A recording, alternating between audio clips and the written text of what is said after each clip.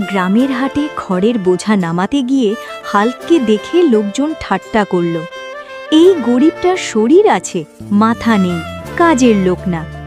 মায়ের সামনে এমন কথা শুনে হাল্কের বুকটা কেঁপে উঠল, কিন্তু সে চুপ রইল। ঠিক তখনই শুকনো খড়ের গুদামের ভেতর থেকে লেলিহান আগুনের মতো বেরিয়ে এলো ভয়ঙ্কর অগ্নিদানব লালা, যে এক নিঃশ্বাসে ক্ষেত খামার পুড়িয়ে দেয়, কুঁড়ে ঘর ভেঙে পড়ে। সবাই দিশেহারা, তবু হাল্ক গেল।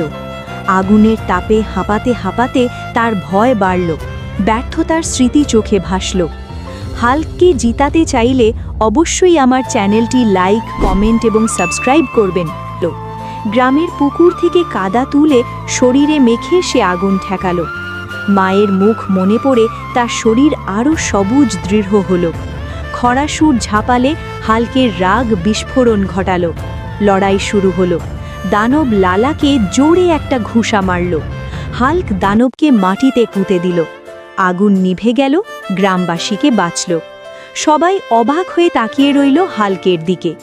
সন্ধ্যার লণ্ঠনের আলোয় হাল্ক ফিরিয়ে এলে যারা হাসত তারা নীরবে দাঁড়ালো। মা কপালে হাত রেখে আর গ্রামবাসীকে বুঝে নিল, যাকে হাল্ককে মোটা বলে তুচ্ছ করা হয়েছিল সেই তাদের রক্ষক।